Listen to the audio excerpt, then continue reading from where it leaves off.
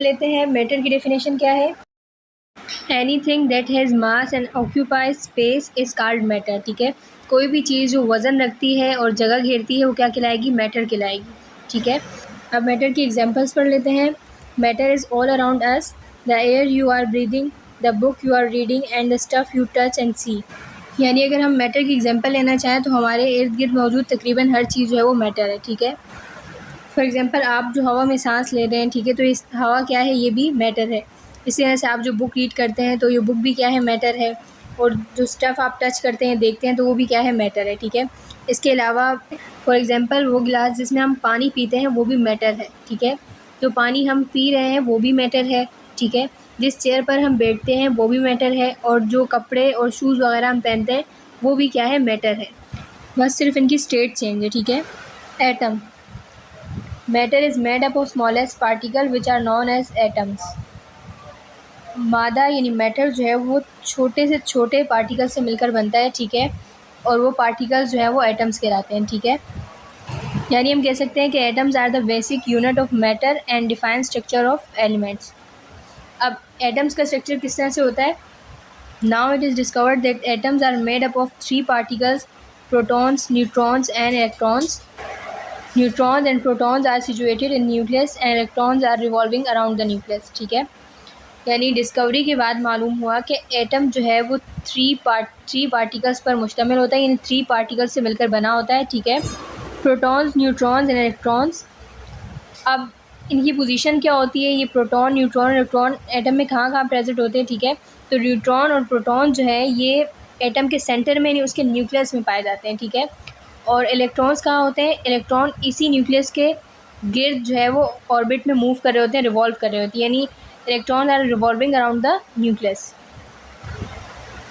Molecule, molecule is the smallest particle in the chemical element and compound that has the chemical properties. ठीक है, यानी molecule जो है किसी भी केमिकल कंपाउंड या केमिकल एलिमेंट का जो है वो स्मॉलेस्ट पार्टिकल होता है। ठीक है, अगर हम इसको इजी वर्डिंग में डिफाइन करना चाहें तो हम इसको इस तरह से डिफाइन कर सकते हैं, molecule is chemical combination of atoms. ठीक है, मॉलिक्यूल एटम्स की केमिकल कम्बिनेशन है, यानी बहुत सारे एटम्स कंबाइन होने के बाद मॉलिक्यूल बनाते हैं। ठीक है, अब हम मॉलिक्यूल की टाइप्स पढ़ लेते हैं। On the basis of atoms molecule की डिफरेंट टाइप्स होती हैं। ठीक है, जैसे mono atomic molecule, diatomic molecule, poly atomic molecule. ठीक है, तो मोनो एटॉमिक मॉलिक्यूल वो होते हैं जो एक एटम से मिलकर बने, यानी एक एटम पर मुश्तमिल हो। ठीक है, जो एक एटम की फॉर्म में पाए जाए, जैसे helium, argon, krypton, xenon and radon. ठीक है, ये मोनो एटॉमिक मॉलिक्यूल है।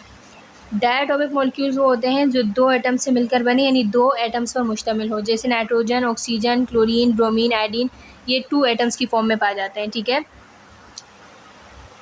पॉली एटॉमिक वो होते हैं जो 2 से ज़्यादा एटम से मिलकर बने या 2 से ज़्यादा एटम्स पर मुश्तमिल हो, जैसे ओजोन, फॉस्फोरस, सल्फ़र। ठीक है, मॉलिक्यूलर फार्मूला में अल्फ़ाबेट के साइड पर नीचे जो नंबर लिखा जाता है उससे आपको मालूम हो जाएगा कि मॉलिक्यूल मोनोएटॉमिक है, डायटॉमिक है, पॉलीएटॉमिक है। ठीक है, जैसे हीलियम के नीचे जो है कोई भी नंबर नहीं है तो इसका मतलब है कि 1 है, तो ये मोनोएटॉमिक मॉलिक्यूल है। आर्गोन के नीचे भी कुछ नहीं है तो ये 1 है, तो ये मोनोएटॉमिक मॉलिक्यूल है। इस तरह से नाइट्रोजन के नीचे साइड पर 2 है तो ये शो कर रहा है कि ये 2 एटम से मिलकर बना है, ये डायटॉमिक मॉलिक्यूल है। ठीक है, इस तरह से नीचे ओजोन के मॉलिक्यूल की साइड पर 3 है। ठीक है, नीचे, तो ये शो कर रहा है कि ओजोन का मॉलिक्यूल 3 एटम से मिलकर बना है, तो ये पॉलीएटॉमिक है। ठीक है, substance, a piece of matter in pure form is term as substance. Matter का एक पीस जो प्योर फॉर्म में हो वो सब्सटेंस कहलाएगा।